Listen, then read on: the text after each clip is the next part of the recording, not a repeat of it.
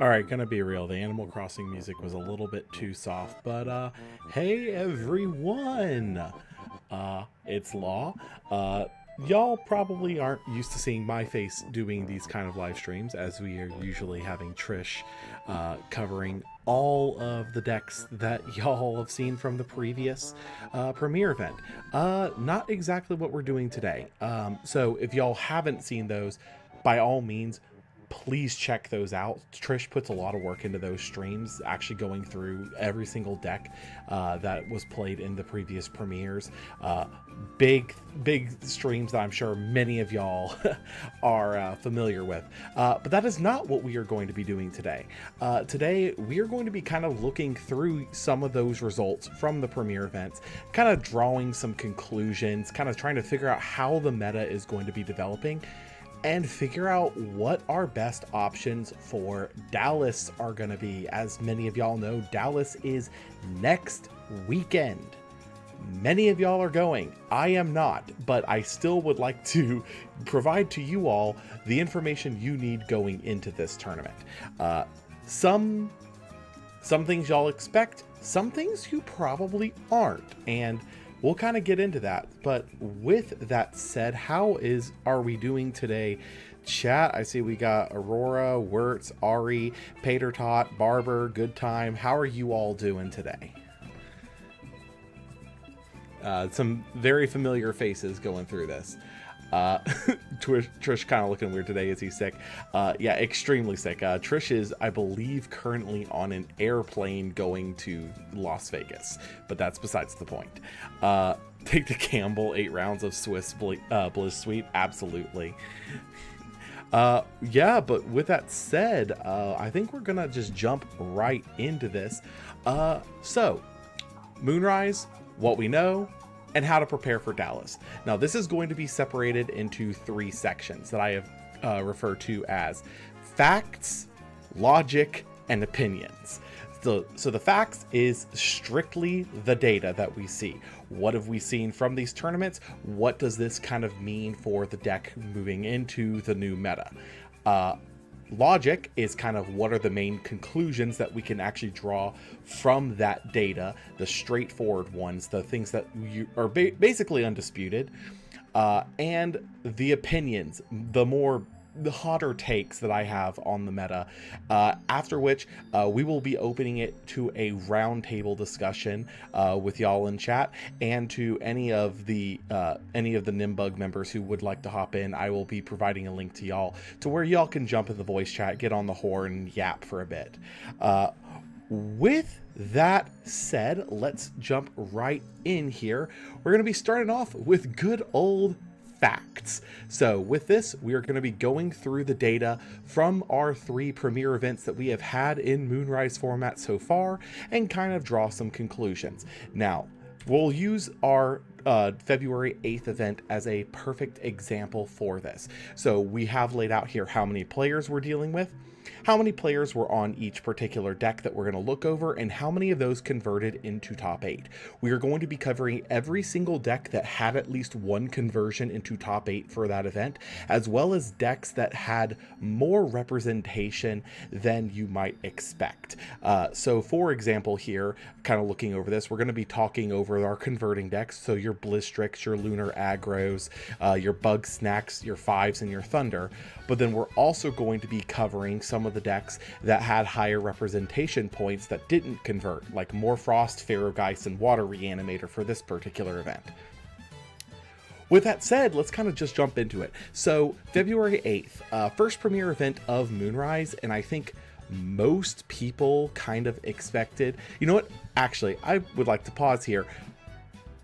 Before we get into this, please, if you guys are already kind of enjoying the space that we're working with, there's a good old like button down there. I need y'all to hit that. It helps boost the stream, gets us seen by more people on YouTube. It really helps us out with that.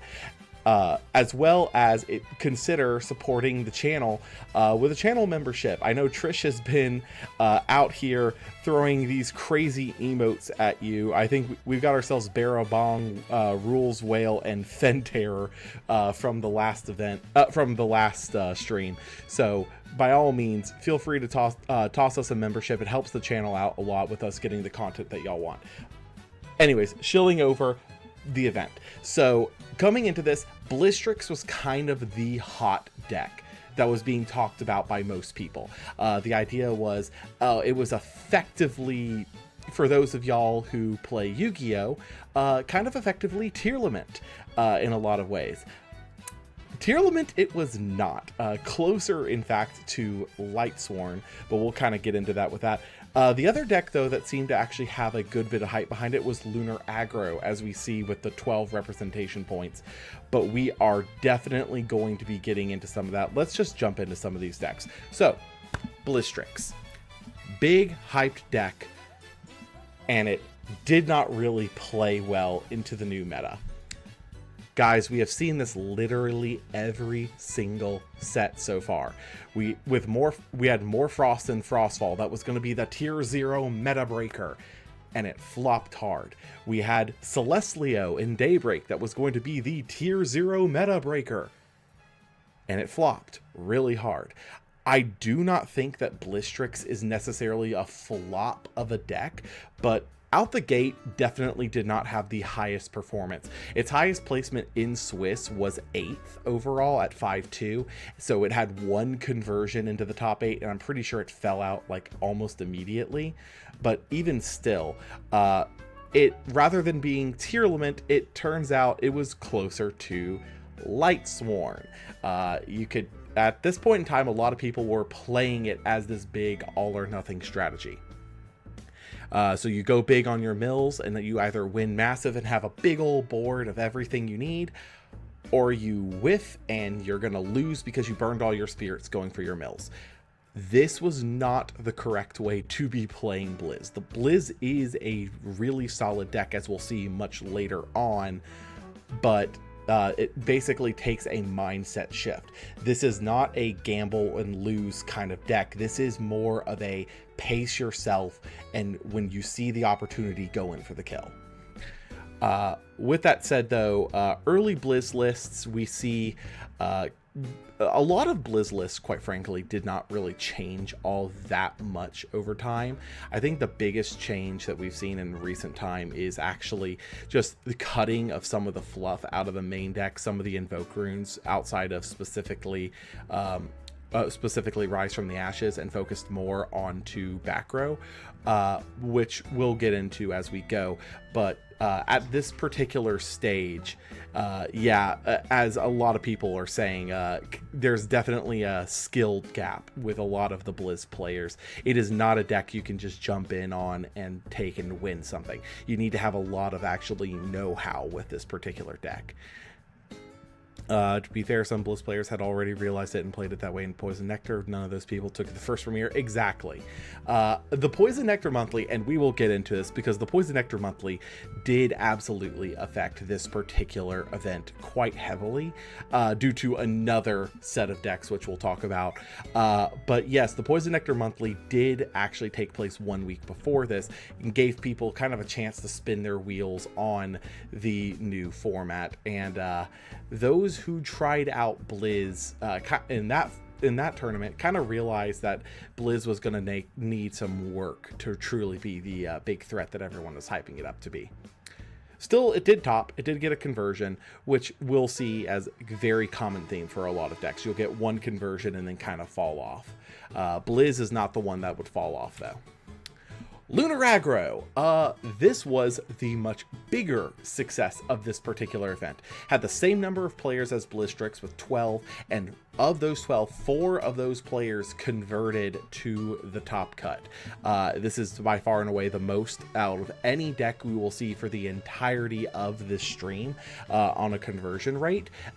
And very notably also took the entire event piloted by Justin, good old Cars and Coffee TCG, wherever he's at. I'm sure he's lurking around here somewhere.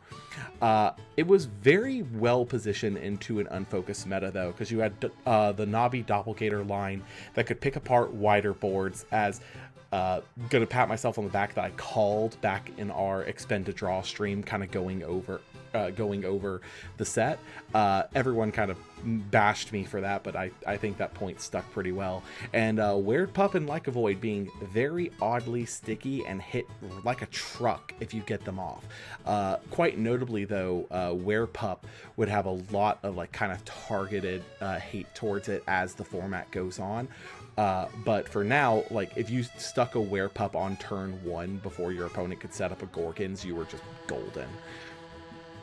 With that said, it also took heavy advantage of the nature of Blistrix and Morfrost decks that like to use their spirits fast and early to then just swing the tempo back into their advantage and clean the game up from there. On top of that, Hurricane. This is going to be one of the first decks that truly took advantage of Hurricane. We did see it back with Blistrix, but being fair, Lunar Aggro is the main deck that took advantage of Hurricane here. Hurricane is kind of like Helios's Chariot Ride, except it's instant and you never have to worry about those counter runes again. So it kind of just really worked out for the deck in that regard. Made it to where your Navi pushes were safe, your Werepup pushes weren't going to get Gorgons, all of those fun little things there. There is a little bit of a asterisk with these 4 top positions, and that is, of those 4, 3 of them were from the same testing group using basically the exact same list. And that is something we are going to kind of need to put a pin in and come back to on Lunar Aggro, as it's a point that's going to come up a lot as we kind of move forward into the meta. Morfrost. So I mentioned that Poison Nectar Monthly was going to be talked about with this particular event, and this is why. So for those of you who don't know, Bean Soldier of the Illustronauts took Morfrost to the Poison Nectar Monthly and completely dominated the Poison Nectar Monthly with it. Won the whole thing. I'm going to be completely fair. That was not because Morfrost is a really good deck. It is because Josh was piloting it.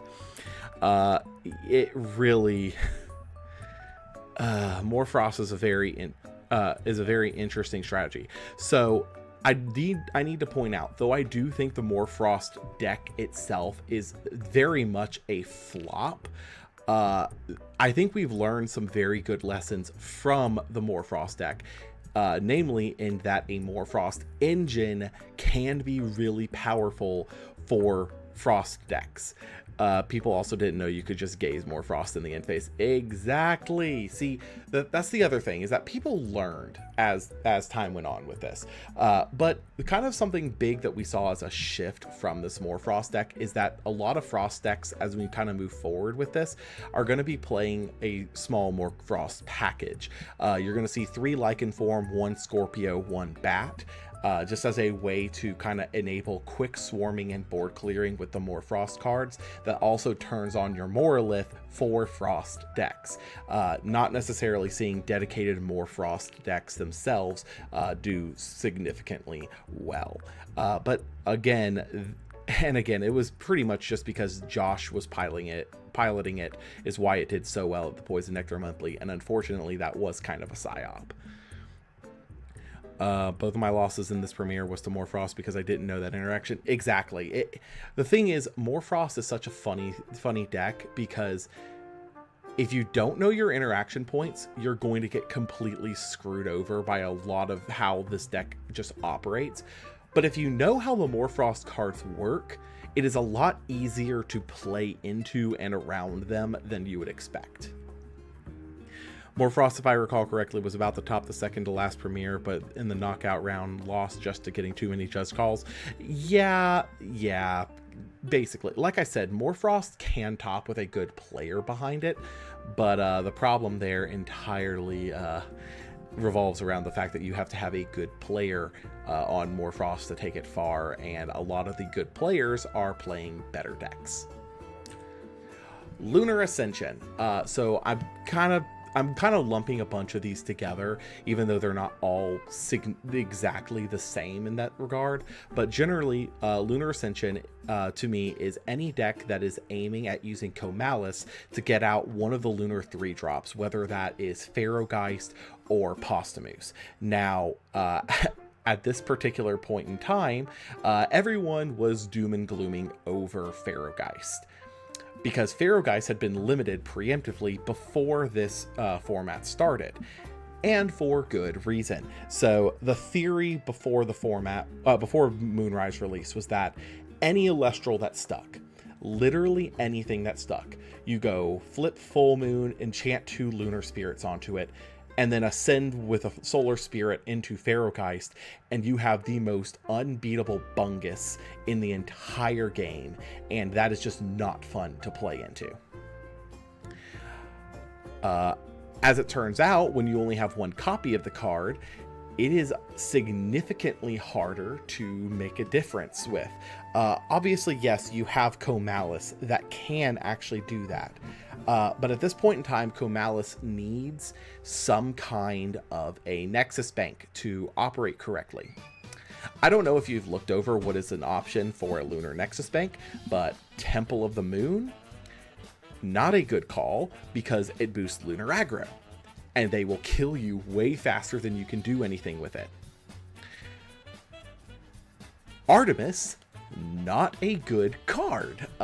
I do think that Artemis is going to get significantly better as we're moving into Firestorm specifically, because as you guys have been seeing, we've been getting a lot of really cool suppression tech for Lunar. But at this particular point in time, Artemis is nowhere near good enough to be usable outside of being specifically a big Lunar Nexus Bank. Now, all of that is to say, we will see this deck again, as there is one other option for a potential Nexus Bank, being that of artifacts and the scrap variants. I do think that if we saw that earlier, that was probably the direction we should have been going on this from the start. But even still, better late than never in that regard. Dense Rob mentioned, yeah, so that's the other part of this deck, is that it is playing carry off, namely because Comalis can search for carry off, and you don't have to like wait a turn for that to actually make an impact in that regard. It's still not great, I'm going to be completely fair. As much as I do love Carry Off as a card, good old Dense Rob ain't going to be breaking any metas anytime soon. Let's see here. did well with second premiere with Morfrost, but lost because 2 of the games went into overtime and lost to overtime rules. That is unfortunate. Why only 1 PTA? So that is actually something that we will kind of be going over as we go deeper into this. The realization is that PTA is not that great of a card into specifically lunar aggro, because lunar aggro has so many different ways to dodge PTA, or to the point where when you would resolve PTA on a big guy, you are going to be taking so much damage that it's not really even worth it at that point. Shield of Achilles, putting a 2-drop back in hand, is significantly better than PTA killing a 2-drop. Again, we will kind of get into that as we move on. PTA would see less and less play in the mains as we move, and more so play in the side deck for decks that are reliant on their 1-drops. Bug Snacks. This is a deck that a lot of people immediately pinned that had a lot of potential. Namely because Ardbud can search for so many good cards, specifically those of Viscerus, Spectrus, and now Nobby.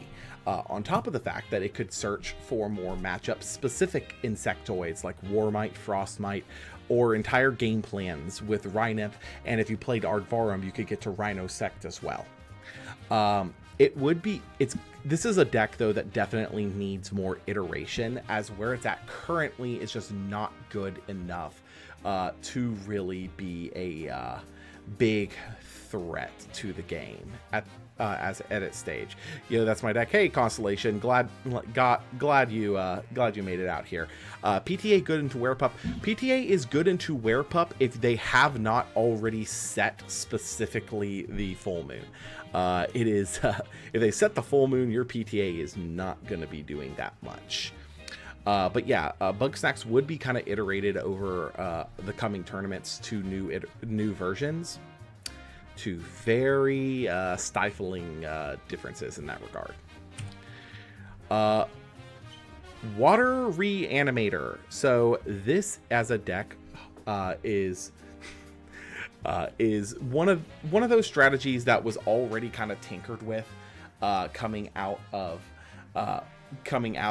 the Daybreak meta. Namely in that the whole idea there is that you can constantly bring back healers, constantly keep yourself up, and then ascend over those healers into some of your bigger guys. You got Lockagon, you've got Oistillery as it came out in the Shattered Stars pack. See here, you've got Caprigal, who when running over something can revive. It was a good deck in Daybreak as like a meta call.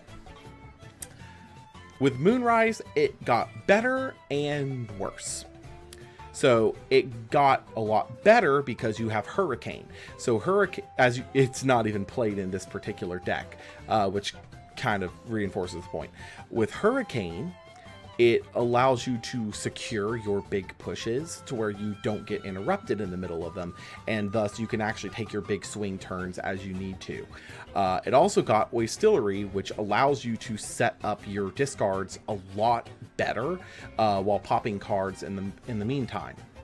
But it got a lot worse for 2 main reasons. The one is the meta got significantly more aggressive, specifically in the fact that Nobby was played in almost everything. Nobby is one of the most aggressive Alestrals that we have seen in a long time, able to answer 2 different threats at the same time, or push big damage, or even both in many cases. Yeah, that's very dangerous to deal with. The other side of that coin is Spoiled Fruit. Now, while Spoiled Fruit isn't really a super big deal, it is something that you're going to see it's something you saw in a lot of side decks for this event and for the second premiere. You saw them a little bit less as we went into the third, but with most people keeping 2 Spoiled Fruit in the side for healing matchups, it definitely got a lot harder to pilot this deck effectively. But definitely needs practice with it in order to take it far. And as we see from this particular event, 4 players played it, none of them converted. It kind of fell off really hard. See here. New Spectres and Firestorm is going to be crazy for the Bugsnax deck. I do agree with that. I do think the new Specteris does enable some really funny shenanigans that you can do with specifically the Antitan line. I do think that that's going to be really funny. Bugs remind me a lot of Draking. It's a good deck, but the lists that show up at the tournament are deranged. Yeah. And also, I do think that there is a really good direction for Bugsnax to take. I'm pretty sure Trish covered it previously on the Every Deck stream, but it is the idea of using Ignector with the Antitan line. The idea there being you stick an Ignector past the turn, one of them's going to die, so you have 2 on the board. You then develop a Ardbud into that, sack one off to get, you search, sack one off, go up to Ardvarum, search again, sack to go up to Antitan, and now you have an Antitan on the board, 2 Insectoids already in your grip, so you can fire off your pops, and it just goes nuts from there. I do think that that is actually a direction that should be considered for the deck. But again, needs labbing, and I do not think we have the time to lab that before Dallas. 5s. I'm pretty sure many of y'all kind of expected that we were going to talk about 5s with this. It is the safe call.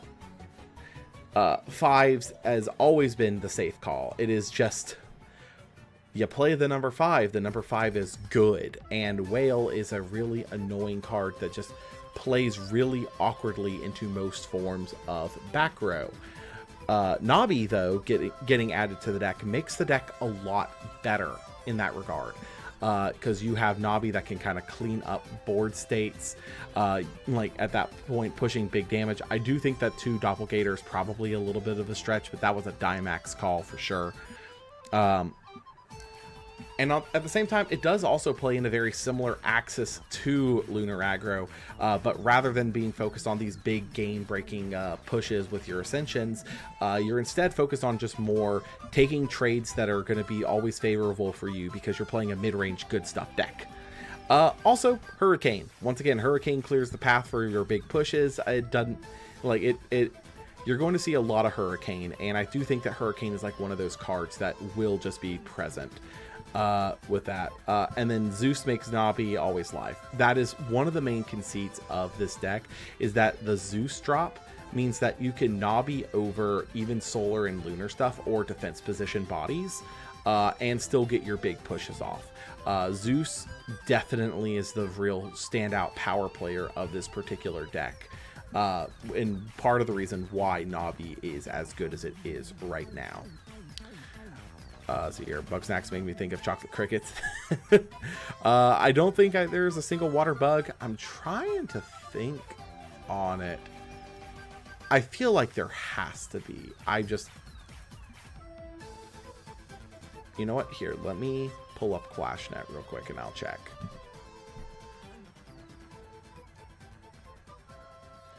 I actually cannot remember if there is any water bugs. Apply. No, there is not a single water insectoid in the game. That's hilarious. I'm sure that they're looking at that. All right, Thunder. So Thunder had 3 players playing it for this event and only 1 conversion. And quite frankly, even then, I say Thunder because it is playing the Temple of Zeus. It is playing the Arcalith and whatnot. But realistically, at the end of the day, this is kind of just 5s with a Thunder shell to it. But yeah, with that said, crabs are water bugs, let's be real. Yeah, fair, but they're not insectoids for the purposes of the game. The problem with Thunder got hit really hard with the Arcalith limit, and unfortunately has been kind of struggling to recover since then, because unlike most of the other strategies where they have 5s baked in, Thunder has to rely on Mount Olympus to get yourself up to that 5 stat line. And that's kind of the big thing, is that Elachic's a 4, Jolton's a 4, Toxion's a 4. You need Mount Olympus in order to make them all 5s. And Rabbit is the only natural 5 in Thunders, which is why you see Thunder kind of pivoting into other options here. You have the Mustation to be able to attack over big defense bodies. You have the Viscerus and Spectrus to be effective 5s that can clear out big threats. You have Eddie that can handle anything that's hunkered up in defense position. And then you still have Arcolith, because Arcolith is still a bomb that you can just drop on the board. No water bug concerning looking into this. Thank you, Siberian. It definitely would fall out of favor as the meta develops, though I will say, even though Thunder has kind of been pushed out of the meta and will probably be out of the meta until Firestorm, its pieces are still incredibly powerful. Rabbit, Elichick, and Zeus are still meta staples for a reason. Those cards are incredibly powerful, and quite frankly, if Elichick was at any more than 1, we would be seeing Thunder a lot more. But aside from that, yeah, that's kind of where we're at with Thunder. It's weird. I don't like the fact that it's so reliant on Mount Olympus too. Though, granted, I think the only deck right now that's actively playing a stadium is Water Reanimator, so I think it's fine. Okay, so our big takeaways from this particular event. Good stuff piles are always going to do well in unsolved metagames. Lunar Aggro 5s and Thunder specifically in this case. Playing very low to the ground, able to take easy value trades, because let's be fair, game plan decks were not refined yet at this stage. Anything that is able to hit fast and take good value is going to do well. Gameplay decks need their refinement to do well. Ballistrix, Ferrogeist, and Water Reanimator all fell really hard as the day went on, because they need refinement in order to actually take some of these events. And with that said, also toolbox decks need to actually settle on a proper tool set and properly refine the strategy. So let's jump back over to Bug Snacks. This is a point I think I kind of skipped over that actually needs to be said. The Warmites in the main is a bit of a stretch. I do like the idea of putting your other bugs into the side, like your Frostmites and your Toxion's, but that's the other thing. If you make your toolbox too extensive, you kind of get lost in the sauce of it. And Bug Snacks definitely needed to refine down which bugs it's using. I think for the main deck, just going Nobby, Spectrus, Viscerus is plenty. In that regard. Warmite is a good card, but not into every matchup. I do think that Warmite is definitely one of those cards that should have been in the side alongside the Frostmite for specific matchups and then brought in as necessary. I do think that at this particular stage, it was not the best call. Warmite best card confirmed. I mean, fair enough. I do think that Warmite one of Warmite does actually hold value as the Egg Nectar line gets explored more, but I do think that right now, Bug Snacks needed to kind of refine what its toolbox was before we got too deep into this. Did we go over Wind yet? No, we have not gone over Wind yet. Give us a little bit. We will get there. All right, so before we jump into the February 23rd event, do we have any questions that some concerns that we need to kind of go over through the comments here? Warmite plus Zeus takes out anything below 10. That is fair. It is fair. The problem, though, is that Warmite is not going to be good into every board state, so realistically playing more than one is not really necessary, as Ardbud can always find it.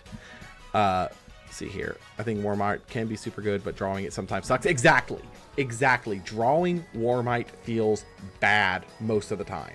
So just keeping it at 1 so it's searchable with the Ardbud is, I think, a lot safer of a play.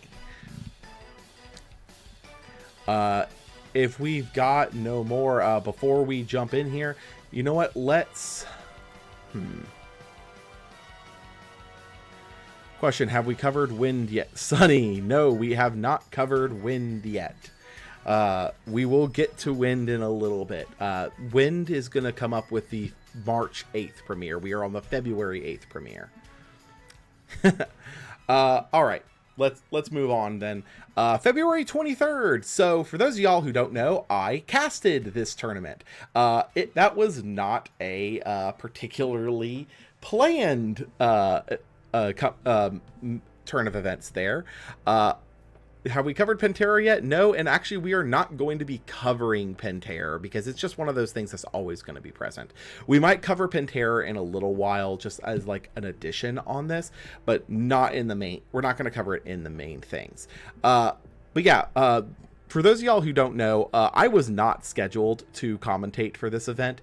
I found out less than an hour before the event started that I was going to be commentating it, namely in that I believe Swolax got the flu, woke up with the flu the morning of the event, and they needed someone to quickly jump in. I'm glad I did. This ended up being a really solid event overall. So as we can kind of see just from the representations here, Lunar Aggro kind of became the the main deck of the format. Go figure, the deck that has the best performance in the previous event then becomes the most played deck in the format. I know, big shocker. But beyond that though, seeing things like Bug Snacks take 9 positions, which by the way was the next highest placing deck, next highest represented deck, and then not clear at all is really funny. Fire Nexus showing back up was also a really interesting thing that happened there. We saw 5/5 show up, which I think is just poetic. 5 Blistrix, 5 Posthumous, 5 Solar, and 2 Heal Control. Some of those are names that we did not cover in the previous event, so let's kind of just jump into this. Lunar Aggro. The deck that wins the last event is the top represented in the next event. Who would have guessed it? So something very interesting about most of the lists that were running Lunar Aggro for this particular event. Like 90% of them were net decking, and it's kind of really funny in that regard. Is there any data on how many Lunar bubbled this event? I can pull that up, actually. I do have that data available to me thanks to Trish, to the other streams that we've done covering these events. Let me pull up the Lunar Aggro placements. We've got 1, 2, 3, 4 bubbled Lunar Aggros at top 16, which I think is, oh no, 5, because one also ended up in 17th place. So yeah, you have 5 Lunar Aggros that actually went on the bubble for this as well. So realistically, you have 8 potentially topping Lunar Aggro lists in there, and most of them were net decks overall. A good portion of the player base did not do any kind of testing with this. They just took Justin's list and ran with it. But very notably, those who actually put in the legwork and did some testing saw better results. I don't have it pulled up on the thing here, but let me see if I can't quickly pivot on this actually and kind of show some of these lists. I think this will probably be a good thing to kind of go over. So kind of looking over the ones that bubbled for this event, you have some that actually did show some significant departures. You've got this the one that bubbled out at 17th actually went with thunderstorms rather than the hurricanes, as well as some Viserisks in the main. You've got this one, which is actually, I'm pretty sure this was the testing group, because this looks like it was the same list that Justin and Trish took. Did the Cabal play the exact same list? Yeah. Well, no, they did not take the exact same list for this event that they took in the 8th event. There were some minor changes, which we'll get into. And then also, but they all did play the same list as each other, if that's the question. Kind of looking over this. Yeah, I think most of these... Okay, so here's another one that's basically, I think, a full net deck of the previous event one. Yeah, this one too. Basically, if you a lot of them are very similar though. This one actually is a little bit different actually, because rather than going with the Eddies, they went with the Quackle and the Bandaloons here, which I actually do think is kind of a really interesting call. You have no idea what to play for Dallas. I'm so cooked. Just give me a little bit and we will get there.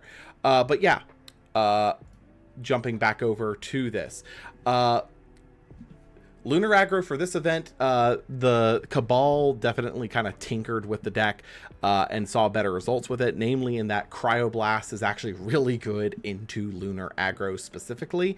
The reason it wasn't getting main deck before is because they were kind of afraid that they were going to see a lot of Blistrix. But now that they knew that Lunar aggro was going to be the best deck, the Hurricanes came out and the Cryoblasts came in, as well as the Altars going out for PTA because Altar just was not live enough. But yeah, kind of as we went with that, Cryoblast proved itself to be sort of invaluable with this particular event, as it was able to clean up the mirror with ease in that regard, and once again took the whole event piloted by Justin. Kind of something to note here is that there were 3 conversions with this deck for this event. Once again, it was Justin, it was Trish, and it was Coder, who was also part of the same testing group. So that means of our 7 tops for Lunar aggro so far, 6 of them have been the same testing group. Let's put a pin in that. We're going to come back to that. Bug Snacks, 9 players, none of them topped. So yeah, Bug Snacks kind of sporting a very similar list here, notably playing the Toxeon in the main now and also cutting down on our Ardbud counts. This was actually the second most played deck for the event. But also the toolbox just is not getting refined to the level that it needs to be refined at. There were some lower placing lists that were experimenting with Antitans specifically. And actually, we can once again jump over here to kind of go over that.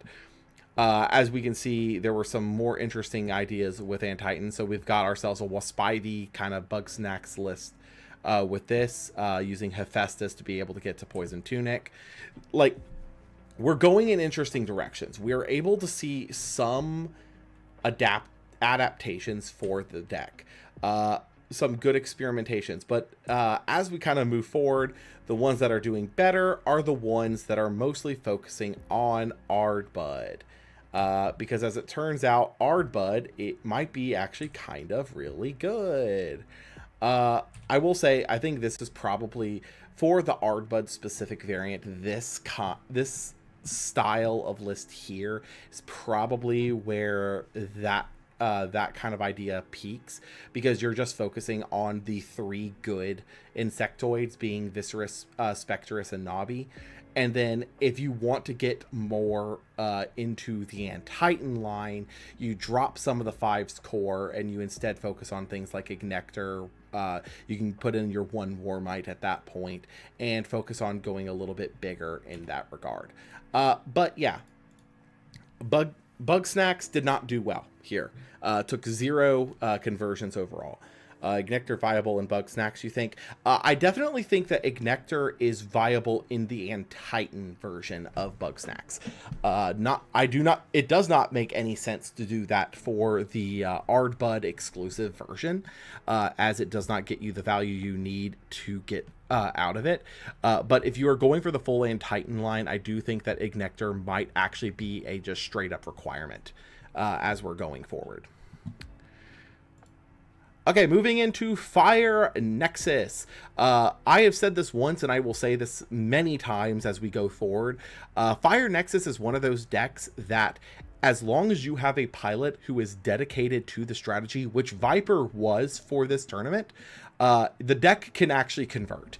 And I think that this is just a really solid list and just a solid meta call from Viper in that regard, namely in the idea of using Eruption to kind of punish these more aggressive decks that are going to go lower in their spirit count. I do think that this was a really good call. I do not think that this you could get away with this again, just like it did here. But I do once again believe that Fire Nexus, as long as you have a good dedicated pilot behind it, can actually put up some results. Again, that Eruption, able to take out lunar aggros, take out Blistrix, that they go low on their spirit counts fast, and just die to quick burns. I do think that this is actually a really cool list. The other one for Fire Nexus that I did like, actually as Rybot mentions here, as they bubbled with the Fire Golem build, I actually do really like that idea of using the using No Stone Unturned kind of as a searcher for the entire deck, because you can get yourself to the Rama and Scavacoles or Rumacole to get your engines going, or to Lava Lift to take a big push. There's a lot of really good Golem specifics that are all just very powerful if you come down with it. But yeah, I do think that this is a deck that is probably still going to be on the fringes of the meta. Hold on, wait, what is going on with my... This is not the music that I had queued. I'm just realizing it as we're going through this.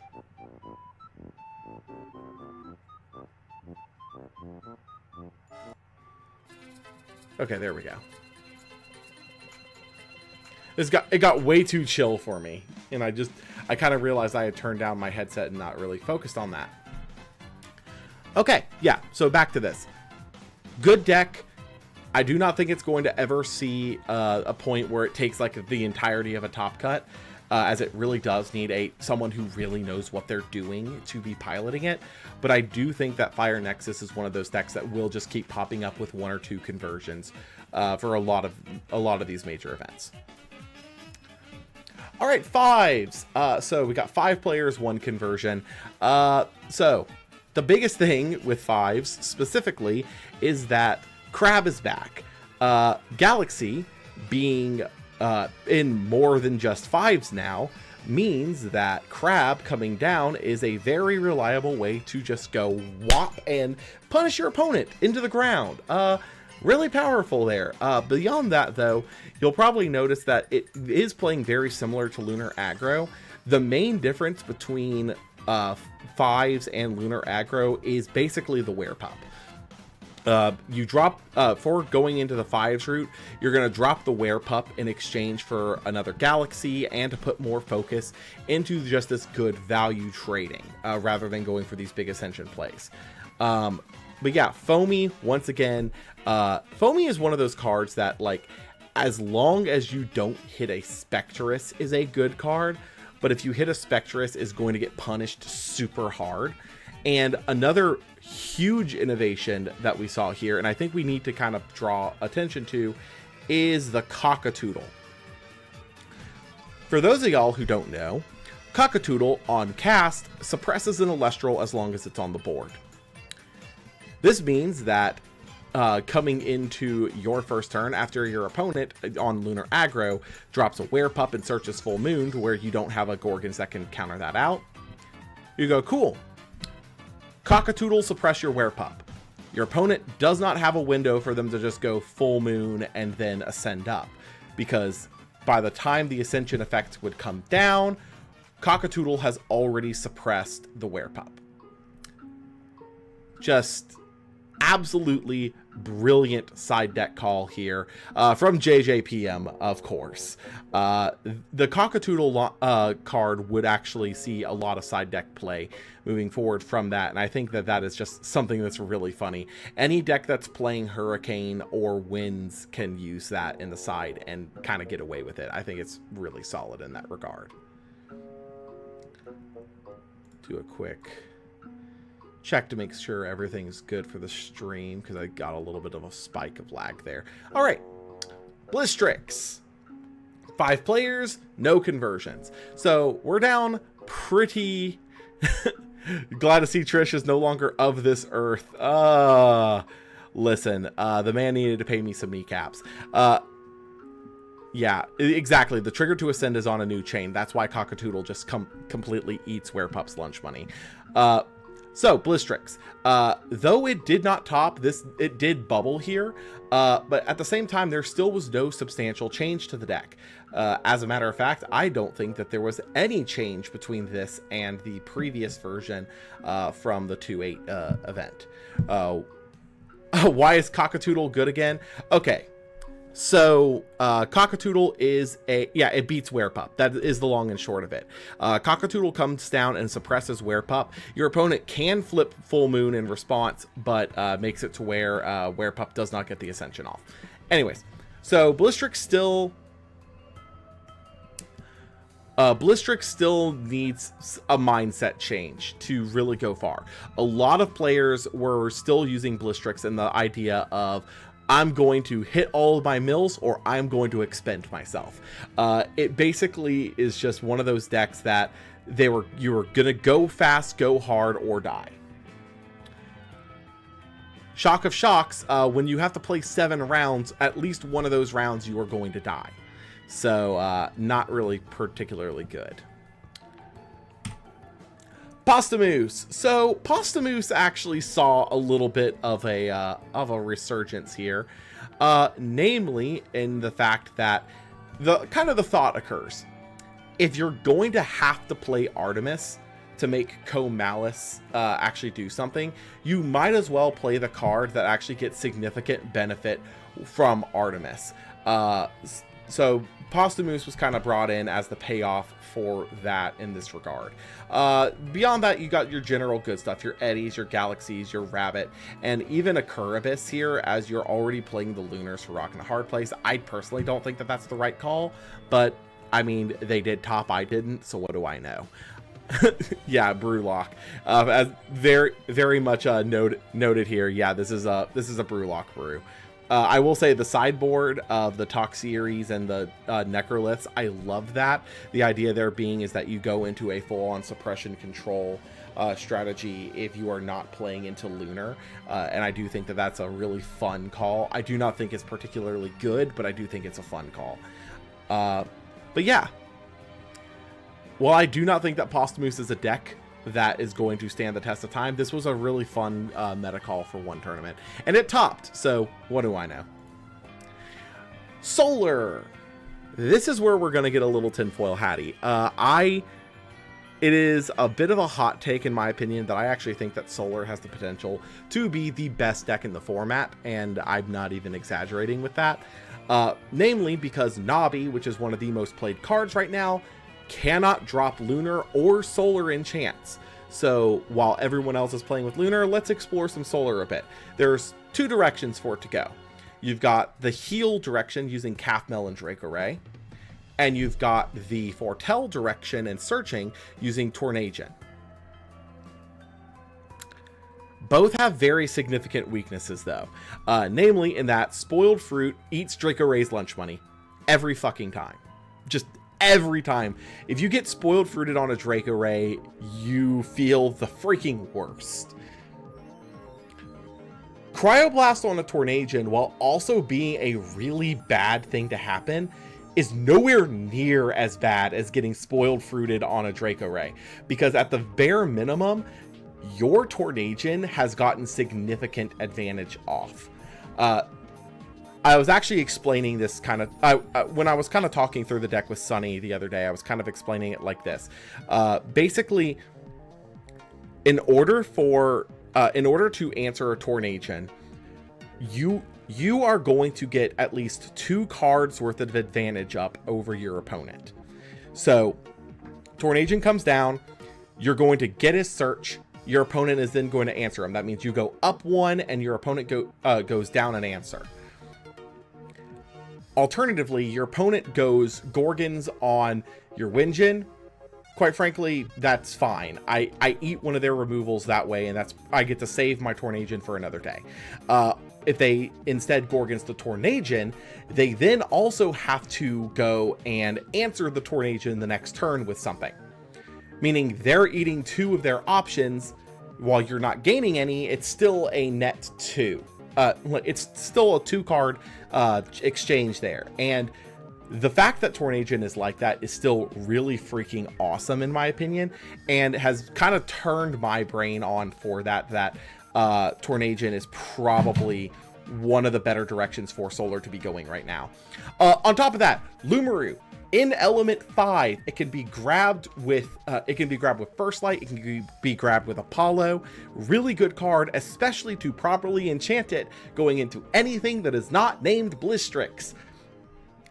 Really funny thing that you can also do here, by the way, is you can Lunar Enchant the Lumaroo if you don't want to give your opponent the mills, and it'll still be immune to the Navi drop.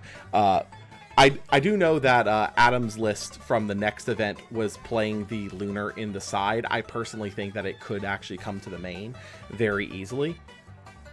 This is also just a deck that I have seen a lot of people kind of experiment with the idea of doing 8 spirit types.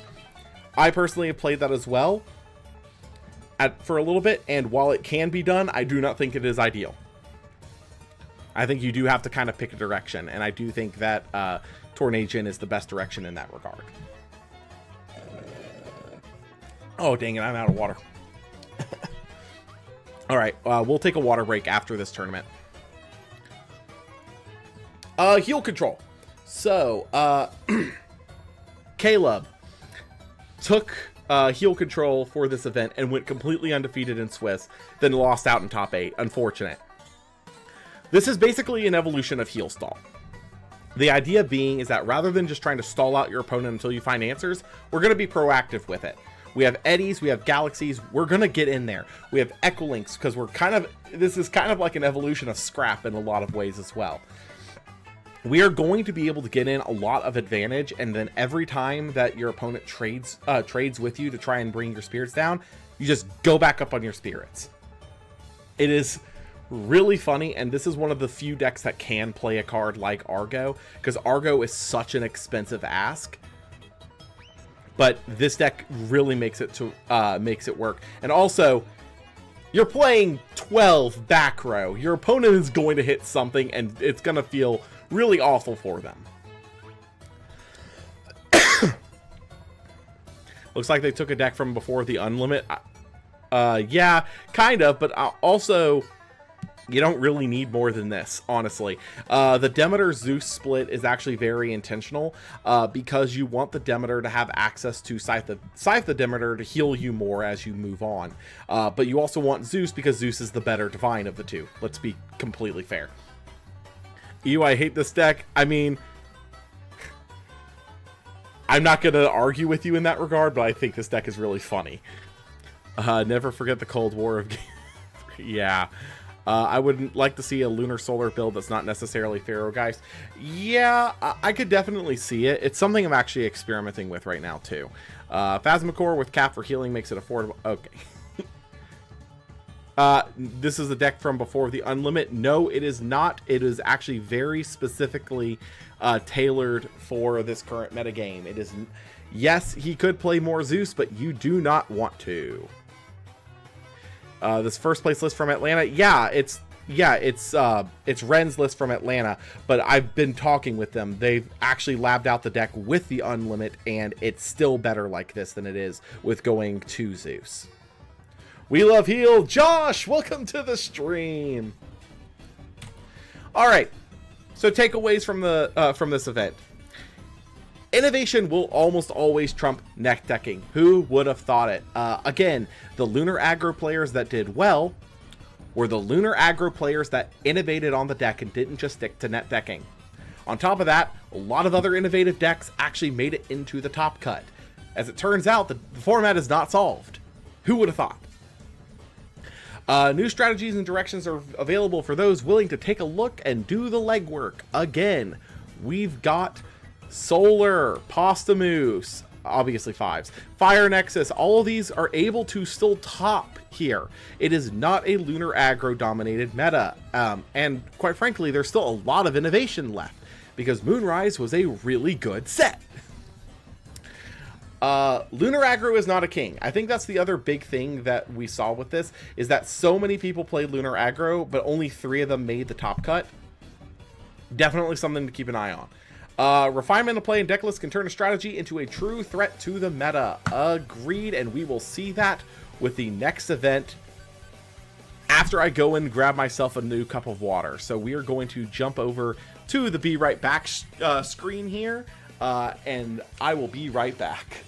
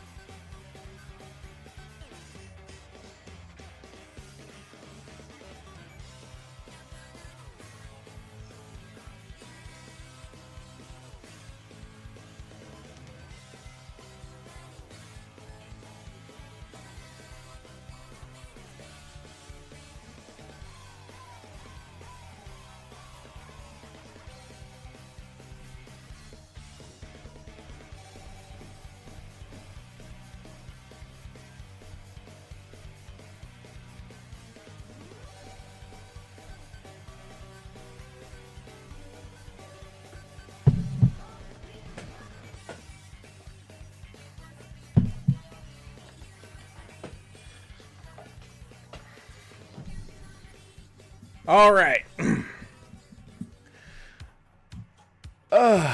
Where were we? All right, yes. So, with that said, it's the the last February event kind of showed everyone that gods can bleed. Lunar Aggro, very specifically, did not have a great conversion ratio to the amount of people playing it. So, let's talk March 8th. Lunar Aggro showed up with 14 players playing it, and not a single one of them converted to top 8. The highest placing person was Trish, if I am not mistaken, in the top 16, but not quite all the way. Notably, we also have 11 5s with 1 converting. Take a wild guess at who converted with 5s. I'm pretty sure y'all could. Bugsnax had 10 people representing it, and did not convert at all once again. We got Solar, who had 8 people playing it with 1 conversion. Yeah, exactly, Josh. At 16th, Trish got 16th place as the highest placing Lunar Aggro list. Blistrix actually kind of showed up here with only 6 people playing it. 2 of them converted. Heal Control, once again, 2 people, 1 conversion. And then we got a lot of one-offs that also made it. We got Falacane, Ferrogeist, and Water Reanimator. So, let's talk. Lunar Aggro. No innovations for the strategy, and as such, the deck flopped hard. So, quite notably, Trish was not going to be playing this deck. This is what was on his desk when he decided to play the event, and he had to lock in a deck list ASAP. So, oops. At this point, you probably have noticed that 6 of the 7 tops so far for Lunar Aggro have all been members of the Cabal. Don't think that that is a coincidence at this point. I think that we might be coming to the realization that Lunar Aggro is a solid strategy, but is nowhere near the safe pick that people thought that it was. Almost burned his house down, Turbo. Exactly. For those of y'all who are out of the loop, please go watch Trish's every deck stream. His story for how he entered this particular event was absolutely hysterical. But yeah, so Lunar Aggro, gods can bleed, apparently.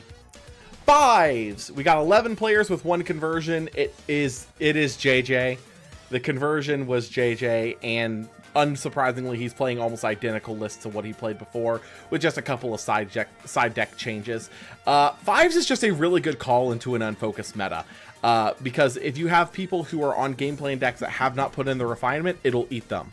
If you have people that are on good stuff decks, this is just the good stuff deck. So all in all, if you are looking for a deck to quickly practice with and get good with, 5s is almost always the best call in that regard. It's 5s. What do you want from me? Bugsnax! Once again, the second most represented deck in the tournament, and once again, it has no results to show for it. We got some refinement here. Once again, looking at Toxion's, going into the Arcolith there, but again, this is not really a good answer for moving forward with the deck. JJ saw triple Ambro against me in game 3 and then decided it for the rest of my turn. Brutal, but yeah, luck do be important. Yeah, luck is important, but also having the skill to get to a position where you give yourself as many chances as possible is also very important. You can't just put it all on luck. You have to give... Luck is important for it, but also what's important is giving yourself enough chances for your luck to come through. Did Bugsnax bubble? No! This is the highest placing Bugsnax list at 32nd place. Did not go well for Bugsnax this day.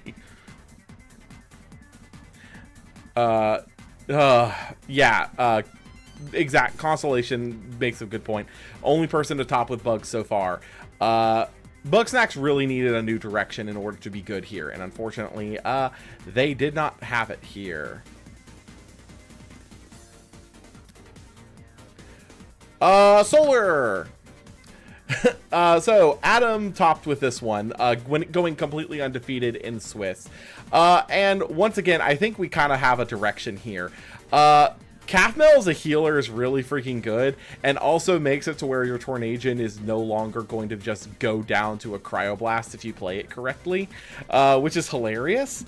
But also Tornadian is always able to guarantee that you get what you need. It is just really solid in that regard, because I think the only thing you don't have 3 options for is specifically healing. But kind of look at it this way. If you need removal, you have EQ, Laurels, and Cryoblast that you can reveal. You're going to find one of them. If you need back row, you got Shield, Gorgon, Tsunami, and Alter, all of which are really solid options. Bad deck, Solar bad. Adam, stop trying to psyop people. Once again, Lumur is the in element 5, which is also very important for Apollo. As we can see, Apollo has kind of made its way into the list here. Really solid, all in all. And quite frankly, this is one of my favorite decks for the format right now. I'm glad to see it doing well.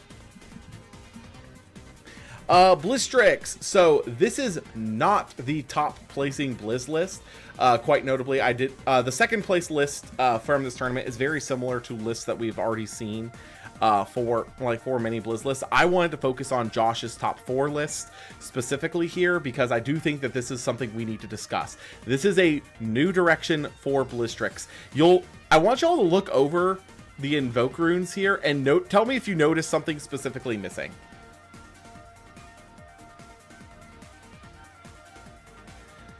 Do y'all notice any particular rune that is missing from this list that is in basically every other topping list that we have ever seen?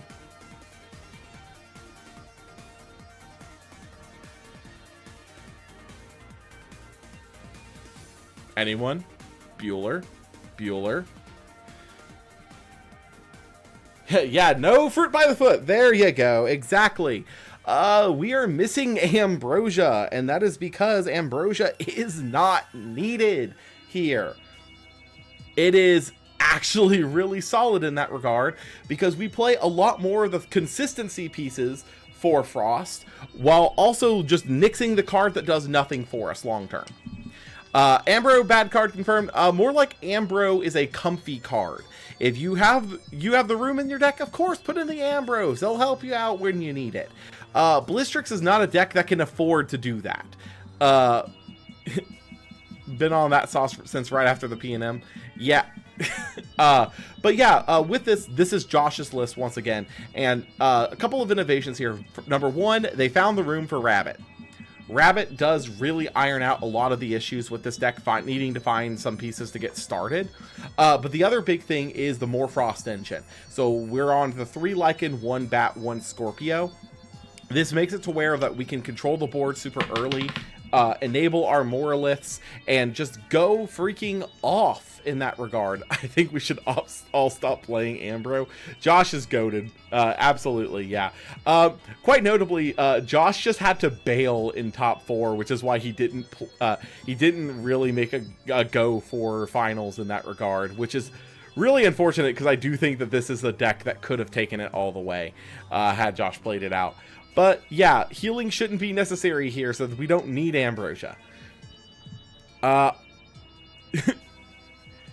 have to say, like, you keep your 9 back row, you keep your Rise from the Ashes, and you cut all the other runes to make room for more pieces. I do think that this is definitely the direction to be going for the deck. And for those of you who are saying, oh, what if you need healing? What if you need healing to go long term? That is what Catarant is for. If you really need it, it is there. Heal control. Once again, same list. basically, long and short is that with diversified meta, having something that can consistently remove things is going to be vital. And also the big decks burn their spirits fast, so if you can outlast them, you're solid.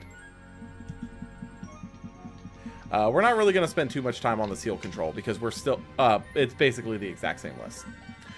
Falicane! Now we get to talk about some of the really spicy stuff. So, as it turns out, change position wind is kind of really freaking good into this meta. Being able to go Sorlet or Eddie plus Zeus can out basically anything you want in the current meta. On top of that, you've got P-Gust able to just nuke the nuke back row on its go. Galaxair being kind of just the wind whale, also really good. And then you got Falicane, which is Hurricane on legs.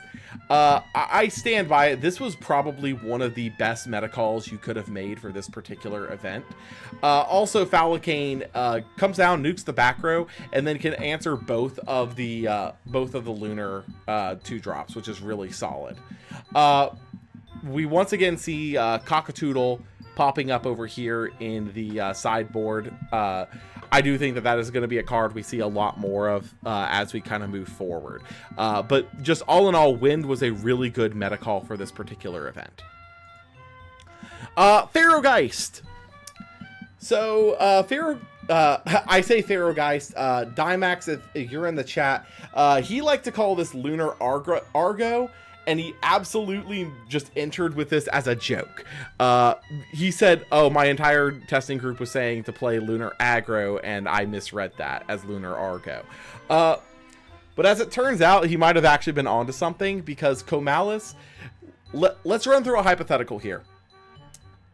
You put Comalis in attack, you set the back row and pass. Your opponent goes, okay, well, I have to remove that Comalis before he can go Nexus Bank next turn and get up a Pharaohgeist. So you go to swing into the Comalis.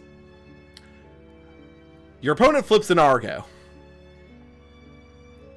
Suddenly that Comalis is beating what you have rammed into it. The next turn, Comalis goes, okay, now I'm going to Nexus the spirits off of the necklace that I just used. To search out Pharaohgeist, and now I'm going to ascend into Pharaohgeist. And now I have a 4-spirit Pharaohgeist on my board. That just is going to be next to impossible to get rid of without losing a shit ton of your spirits.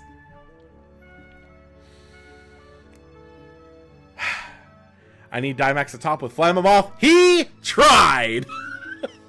He tried! Yeah, no, legitimately, Dimax just always he'll run a bit and top an event. Remember the fact that the man ran Barabong and topped an event. So, yeah, do not underestimate Dimax's power to make the bit funny. Yeah, but with that said, yeah, this deck is just really hilarious in that regard. And God forbid you really need... The law has been flagged for bad word usage. Oh, the stream is marked not for children. Come on. With that said, though, if you really, really badly need a Lunar Nexus Bank, here's a little secret. You can misenchant your Zeus.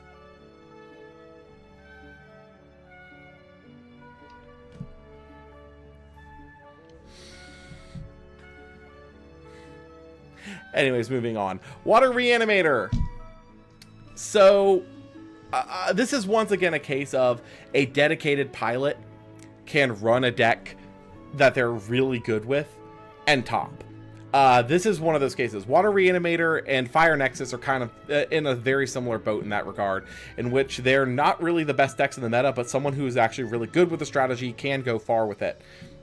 Probably most interesting innovation here is just the singular Snark that you get off of Foamy. The idea there is that Foamy floats into Snark.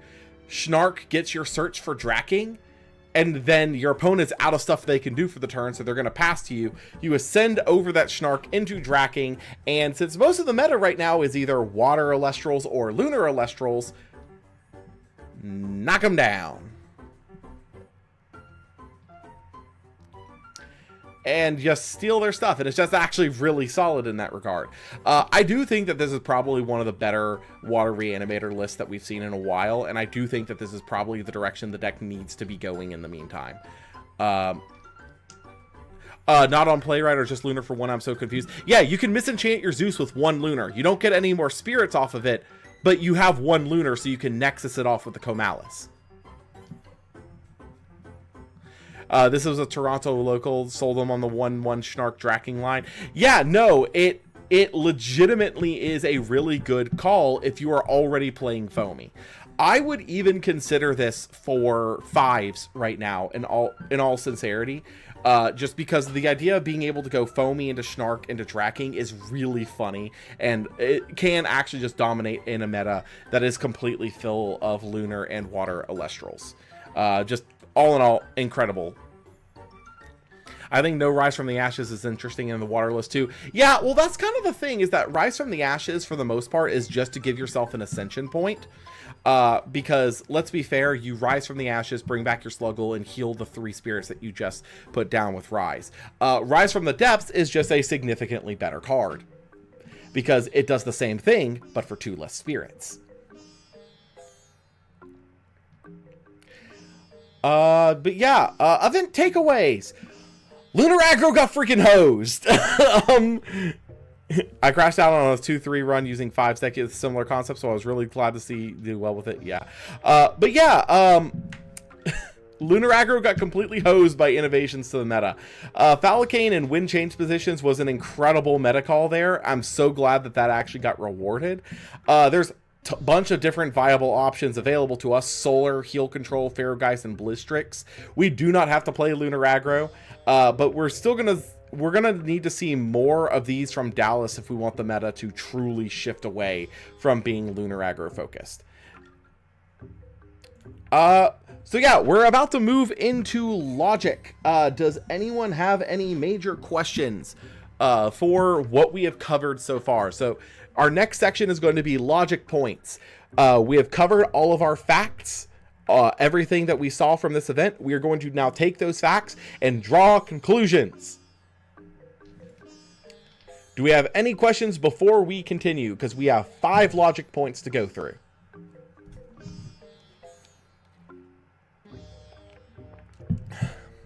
No? We all good? Well, in that case, while we're getting some questions in, I'm going to take the meantime to shill once more. Just a reminder that if you guys want to help out with the stream, if y'all are enjoying this stream, there is a like button down there. Please click it. It pushes the stream to more people. We get to get more people coming in. More people get to see these streams and actually get something out of them. When are we coming back to those pins? We are coming back to those pins very shortly. Is mayonnaise an instrument? No, Patrick, mayonnaise is not an instrument. But also, don't know if y'all have been seeing these in the chat, but we got some really cool emotes. We got good old Thent Terror, we've got Whale Arrow question mark, and we've got the Barabong.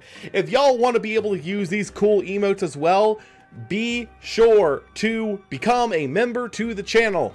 $5 helps all of us here out to make more content that you enjoy. Helps me with getting all these in between videos up. Helps Trish getting up his every deck streams. Helps Sunny with getting the Expend to Draw podcast moving forward. Helps MBT with whatever he does on the channel when he's not on Expend to Draw. So really, it helps us all out a lot and really makes it to where we're able to make the content that you guys want to see.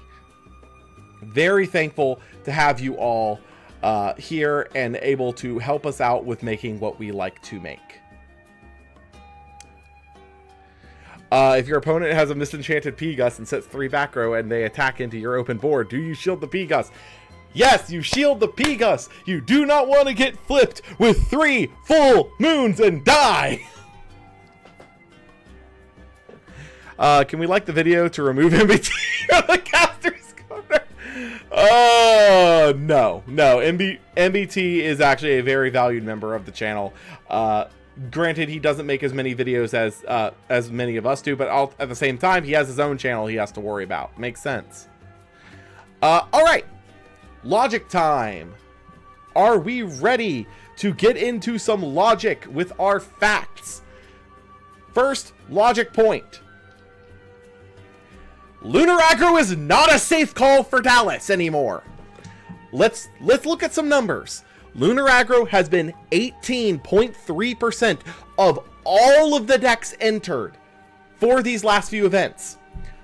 Of those in our top cuts, it has been, yes, the most represented deck in Top Cut overall, with 7 of the 24 slots being 29.2% of the Top Cuts. But of those conversions, 85.7% are the same testing group. There has been one person that has topped with Lunar Aggro that was not a member of the Cabal. And that was the very first premiere. On top of that, with this deck easily being the most represented deck in the room for Dallas, let's be 100% on that. This is going to be the most represented deck at Dallas. The strategy now has a massive target on its back. So, not really a safe call when it comes to your side deck choicing. So, yeah, and it was Adrian that was the other top there. So basically, the long and short here is that unless you are 1,000% confident with your play with specifically Lunar Aggro, just play 5s. 5s is a safer call than Lunar Aggro right now. I don't know what to tell you. But yeah, that kind of is the long and short of that. Lunar Aggro is not really a safe call anymore. As we clearly saw with the last event, it flopped hard. So do not be afraid to kind of switch it up a little bit. Moving to point B. Bugsnax is very quickly becoming the Chronodile of Moonrise, and I hate to be the one to say that. It is a deck that is always highly represented, but never reflects in its conversion. It has been 9.2% of the entered decks for the over the course of Moonrise so far, and only one of those decks has converted to Top Cut. This deck is going to need some very serious refinement in order to actually be a meta contender. I do think that there is a direction the deck could take, but I do not think that that is going to be lapped out before Dallas. Let's be completely fair. Goodbye, Anti-Titan. Even counting Poison Nectar Monthly Lunar Aggro second place, that was also mine and Adrian's testing group. Yeah. I'm sorry to an actual log, but at this particular point in time, Anti-Titan is just not there. It feels more like a deck that newer players are picking up to learn the ropes with. They see, oh hey, best cards are all insectoids. Let's play the card that searches insectoids. Just play 5s at that point. I'm sorry. But here's the much bigger thing. I think the biggest point of this is that there is a direction for the deck, and I do truly think that it is going to be you're either doing the 5s with an Antitan, or not Antitan, 5s with an Ardbud to search the good insectoids, or you're going to play Antitan and you're going to go down the Ignector route. I do think that that is viable, but it does need labbing. An actual log joined at a bad time! Oh no! I am so sorry, log. Yeah, I am very sorry, log. I do think that Bugsnax is very, very quickly becoming the Chronodile of the format. I do think it has a chance to bounce back, but I do not think that that chance is going to be by Dallas. It's wild that apparently there's a whole Discord dedicated to labbing bugs, and this is what we've seen so far. I feel so bad. I love this deck. Full disclosure, I love Bugsnax. It is one of my favorite Moonrise decks. But it is just not good yet. It needs some real time in the kitchen.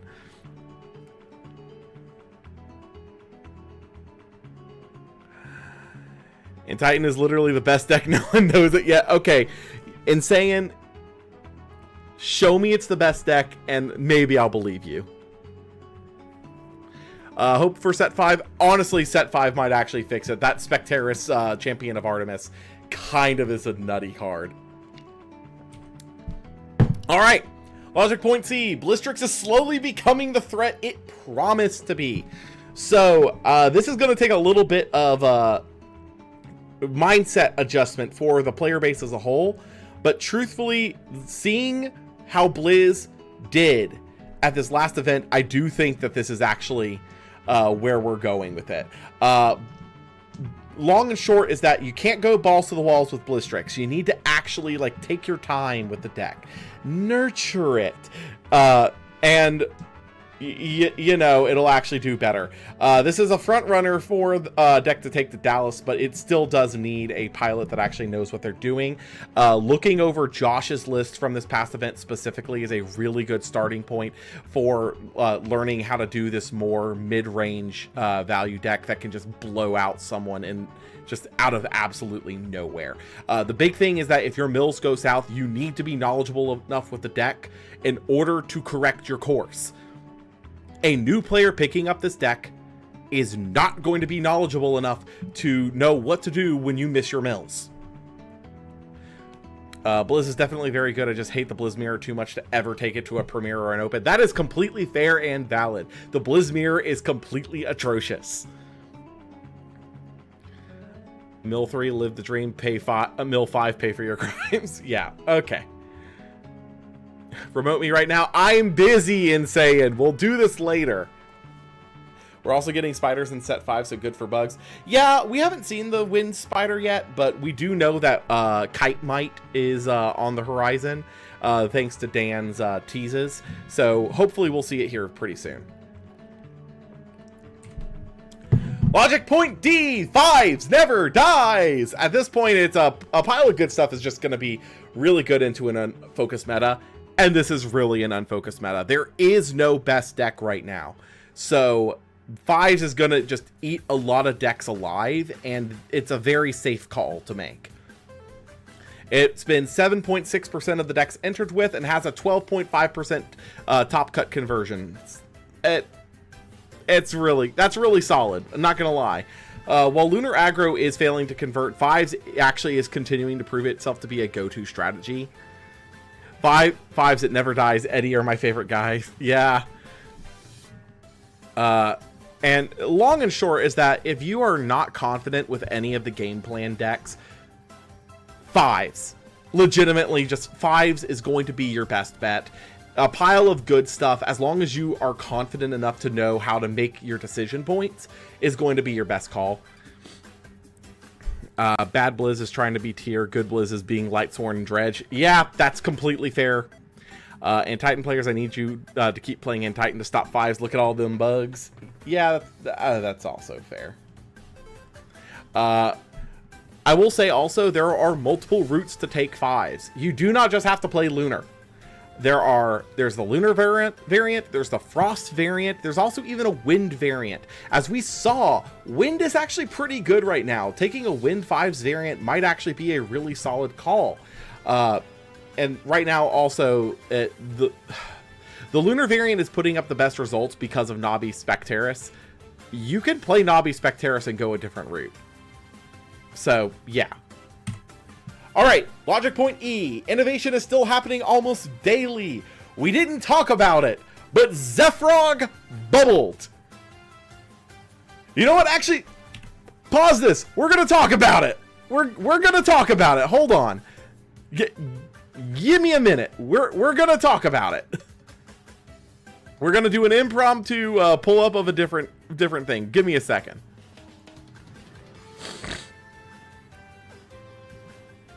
Listening audio only, where can I find Josh's Blizz list? You can either find it just a little bit back in the stream when we were talking about it for the March 8th tournament, or you can find it on Trish's stream from, I believe, Tuesday, when he went over every deck from the last event. Alright. Here we go.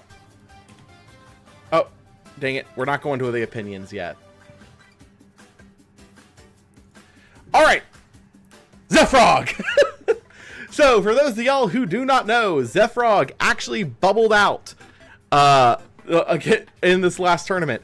Legitimately, this is a deck that I think actually has some real potential to be stupid, because let's be completely fair.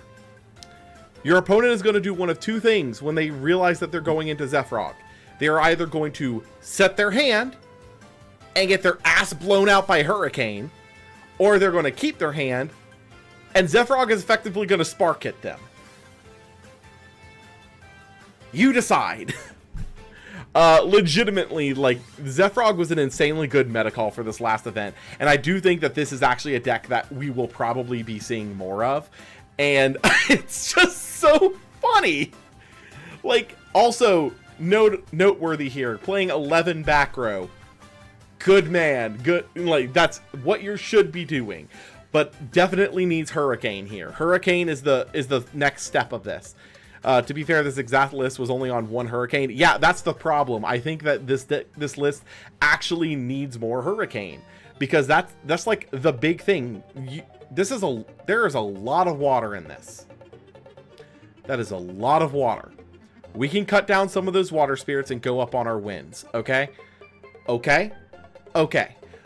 Point being, though, is that there's innovation in the meta. Oh. All right.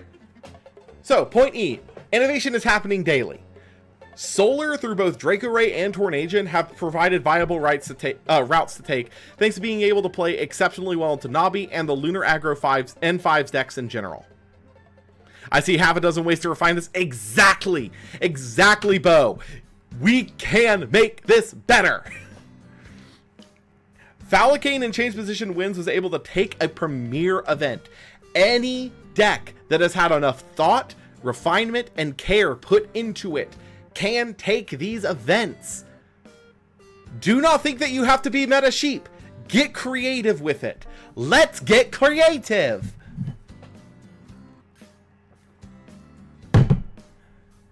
Zephyrog might have bubbled out, but legitimately, like, this is my point. It's just that a creative deck can take you very far. You do not have to play meta in order to do well. You always have the opportunity to do well as long as you are playing something you are confident with, that you have put in the work on, and that you know can go far. I really want to try Salashade, honestly. Go for it.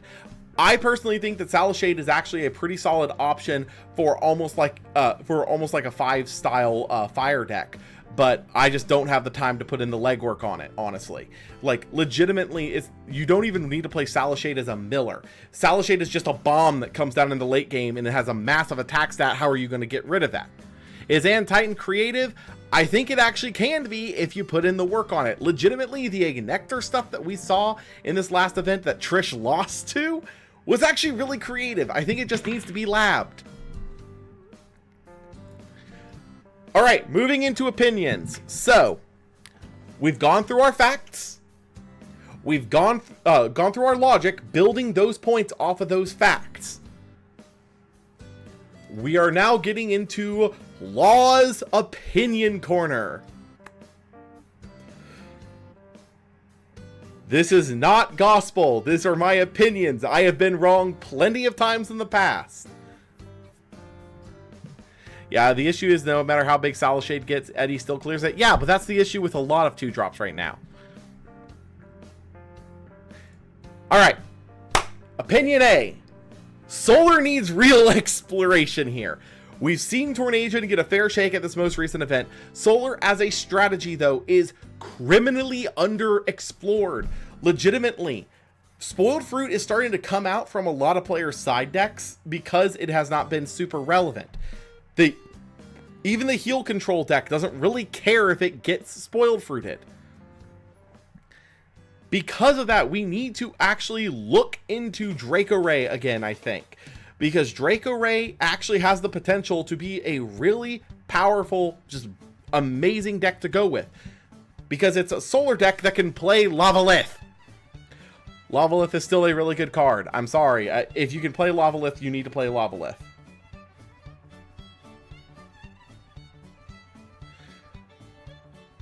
Hot take, Luster Gone better than Draco Ray. Look, Bo, you have proven time and time again that Luster Gone is a solid deck to go with. by all means, if you feel up to the task, take it to Dallas and win. If anyone can do it, it's you, Bo. I believe in you.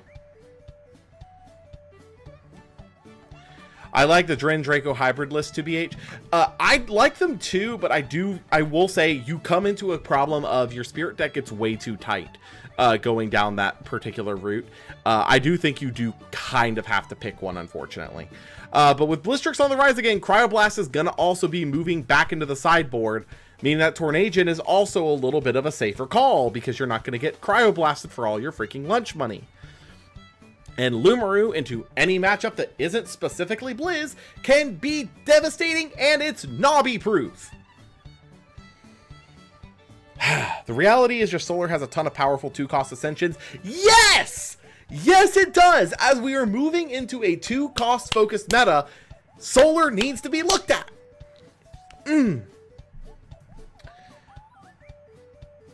Again, these are my opinions. These are not facts. These should not be taken as facts. This is Law's Opinion Corner. Legitimately, Solar has some of the best Ascensions in the game. I stand by that. All right. Moving on to Opinion B. Are we ready? Are we ready? Frost 5s may be underexplored. All right.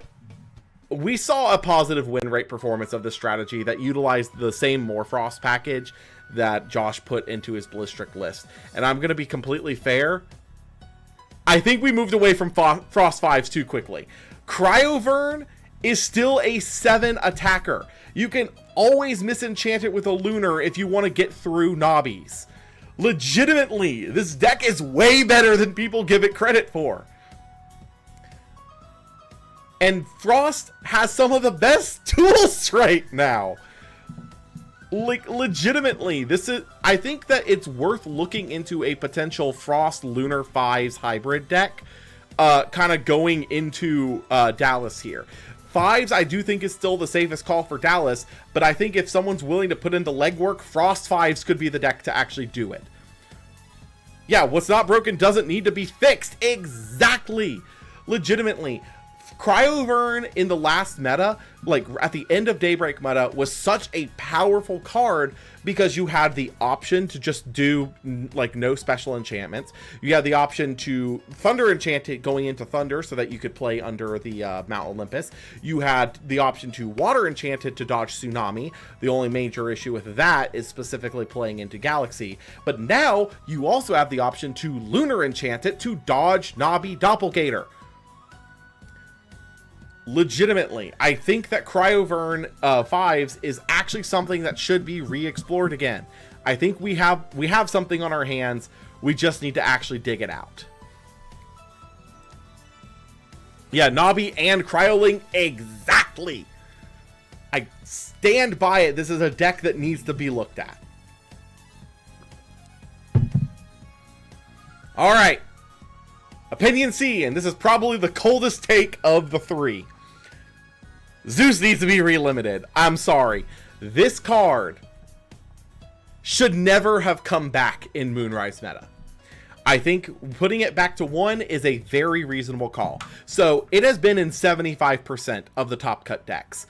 Very notably, the only ones where it hasn't been present have been the big game plan decks that can't fit him.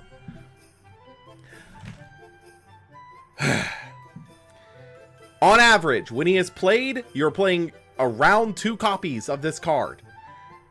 This card should never have come back to from 1 for this particular metagame. I think it is very likely we are going to see Zeus go back to 1 after Dallas. I do not think that it is going to be necessary for Firestorm. Firestorm's card pool is actually giving me hope that we can move away from Zeus being kind of the cornerstone of 5s. But legitimately, we need Zeus to go back down to 1 after Dallas, or we are going to redescend into 5's hell. Once again, 1 cost removal rune. Exactly. It is... okay. But once again, we do need to make this a temporary hit. I do think this is going to be resolved by Firestorm, but for the remainder of Moonrise, it does need to happen.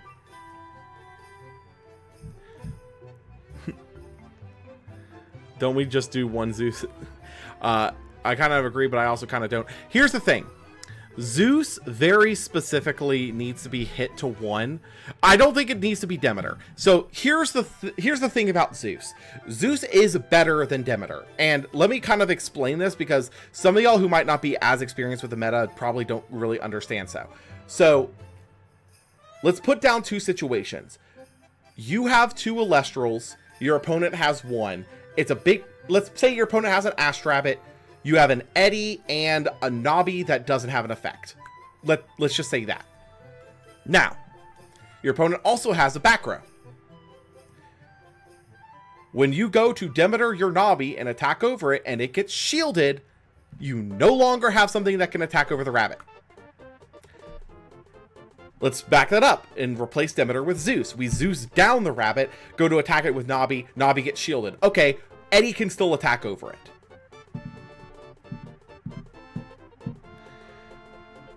Zeus is better because Zeus does not require you to put all your eggs in one basket. Zeus just is basically a way to say, this Celestial is going to die this turn. Deal with it. Yeah, Zeus buffs the whole board while Demeter only buffs one Celestial. Exactly.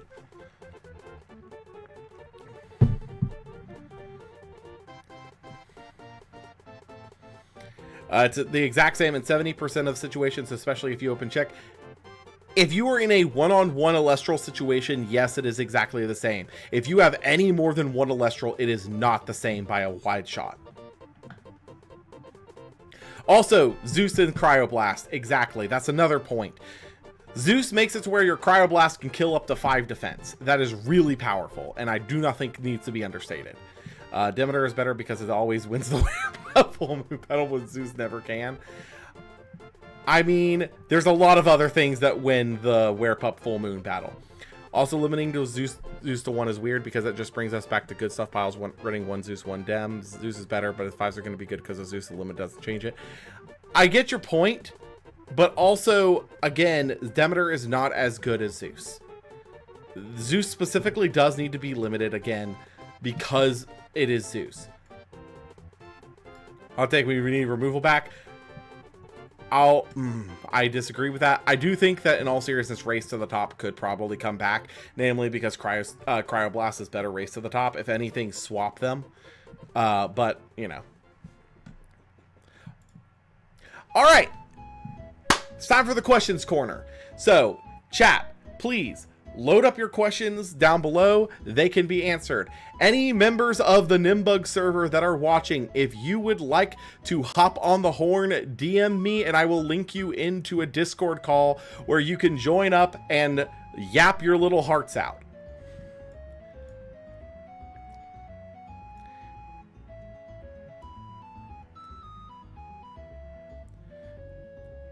Race back to 3, baby. Exactly. So let's go ahead and do that. All right, let's see here. Like we already saw how this shakes out. It doesn't change enough for good stuff pile significantly. Yeah, but at the same time, I do think that Zeus to 1 and then swapping Cryoblast and Race actually would probably be significant enough to kind of change things out. Earthquake, no, but resting to 2 or something maybe. I do think resting might be able to come back up as a legitimate option. I do not think Earthquake could ever come back off from 1. I think that Earthquake was a bit of a mistake, honestly. Question, how did I get so handsome? Genetics. Opinion on Pentair. I do think that Pentair in a kind of 5s or lunar aggro list is a potential, like, actually good call. Just because it kind of serves a similar purpose to Nobby in that regard. But I do not think that Pentair as its own deck is worth exploring right now, personally.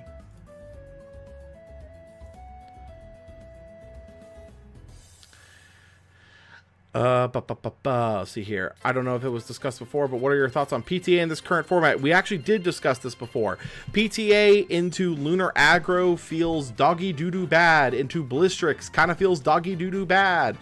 Into any deck that is focused on Ascensions is doggy doo-doo bad. into any deck that is focused on specifically 1-drops is incredible. But right now, that is not a safe call. I do think that PTA is probably going to see the sideboard for a good portion of this format. Cryoblast, let's see here. Cryoblast to 1 would change things for sure. I do actually fully agree with that.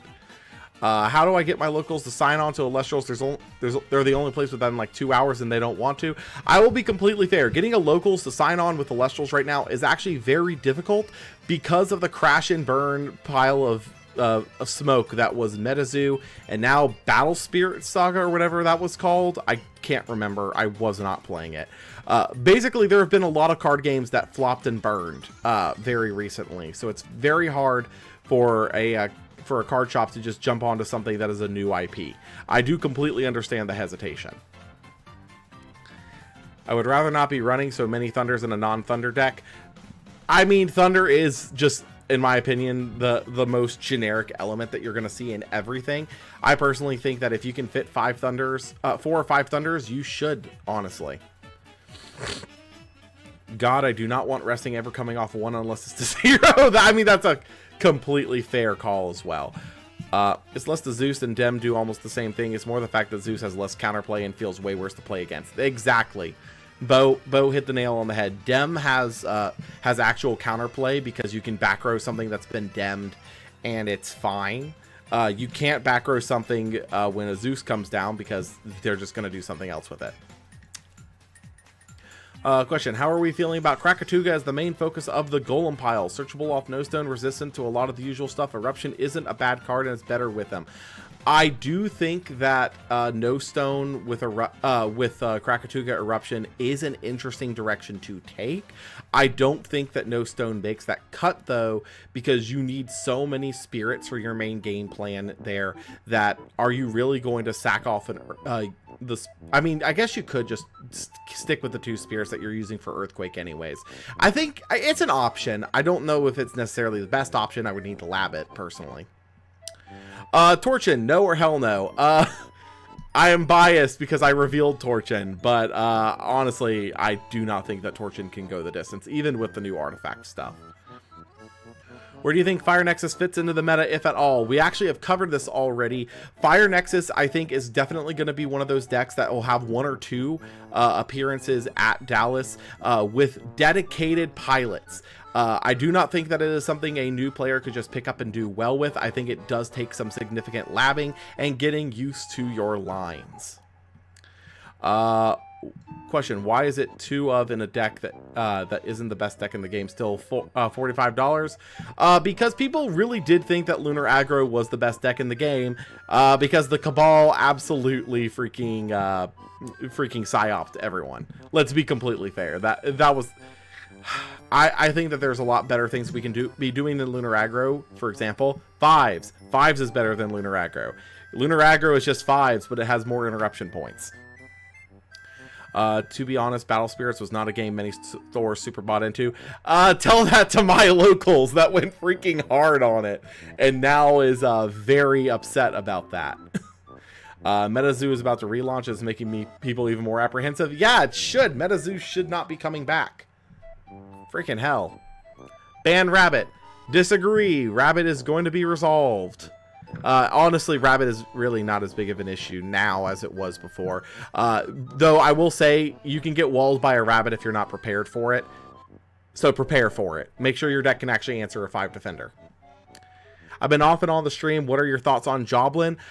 Joblin itself, I'm not particularly sold on. Snark into Draking as an option for decks already running Foamy, I do think is actually a viable choice and should be considered. Krakatuga mentioned, yeah.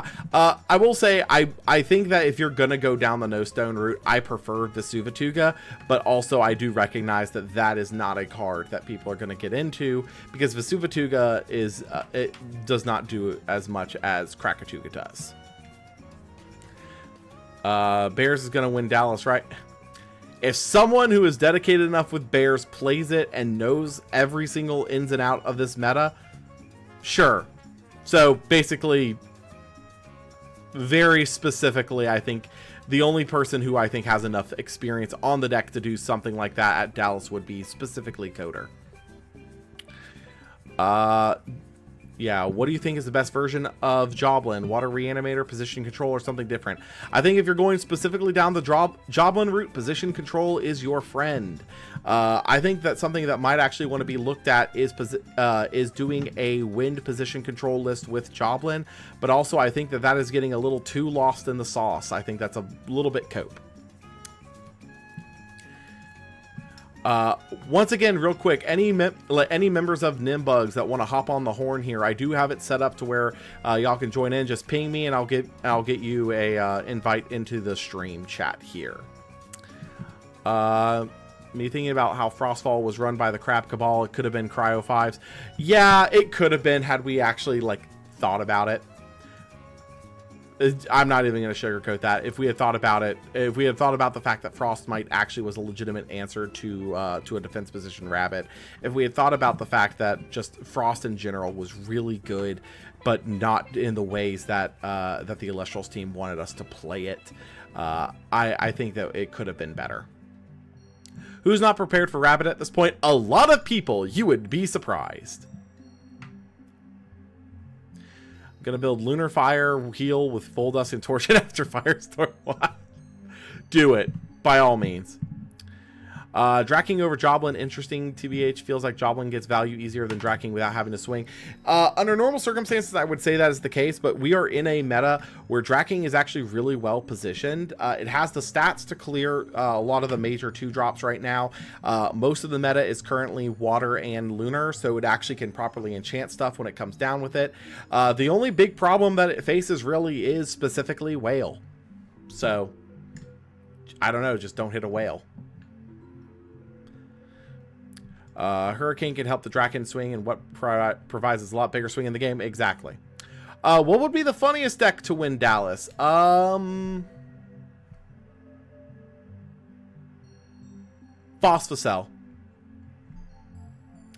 Pent because of the promo. That would also be pretty funny. Flammomoth. Flammomoth. I've seen funnier than Flammomoth. Thoughts on Volt Tempest? Volt Tempest is unfortunately just not good right now. It just look, I am someone who has tried to make Thunder really work for this particular metagame, as I am Zeus' strongest soldier. But no, Volt Tempest is not the play right now. Gets better with the next set though. That's for sure. Not going to be joining. Nothing to say unless there are judge questions. Fair enough. Dracking loses to Tornagian. Yeah. Tornagian's goated. What can I say? Just have to gaze the whale. Easy. See here. Guy at my shop is going to get nasty Phospho deck. That's pretty awesome. I think if you're on Snark Dracking, you should be on one Joblin too. I mean, fair, but at the same time, you don't want to play too many no drop. Like, let's be fair. 2-drops are fake guys. You need guys that are reliable to come down, as I'm sure that you have all heard Trish harp on multiple times. When you get too many Ascensions, you get a little lost in the sauce. And Titan best deck? If you believe so. If you believe so, Insane.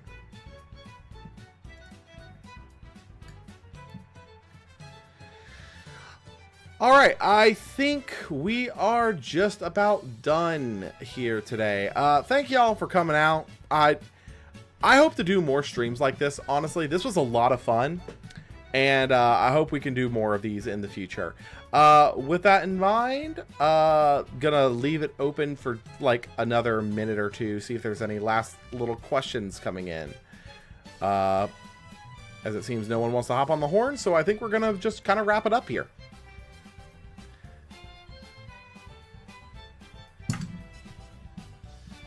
Waiting for the chat to kind of catch up, make sure that we're all good. I think we are all good. So yeah, thank you. See here, Joblin's worse than Oistillery. Feeling like 3 2-drops is where the deck should be at. Yeah, for specifically Water Reanimator, I think that there's a case there. I do not think that there is a case for other decks specifically. How do I feel about the format for Dallas? Very hopeful. The format feels extremely open. And as long as people don't all go 5s, I think we'll see a very interesting tournament over and all. But yeah, thank you all for coming out. This was a lot of fun. I'll definitely be doing something like this. Probably I'm gonna try to do this for any future big premieres that we have coming up. I think that this was very valuable, all in all, for a discussion. All right, but yeah, with that said, thank you all for coming out, and I will see y'all next time, whenever that is. Take care, guys.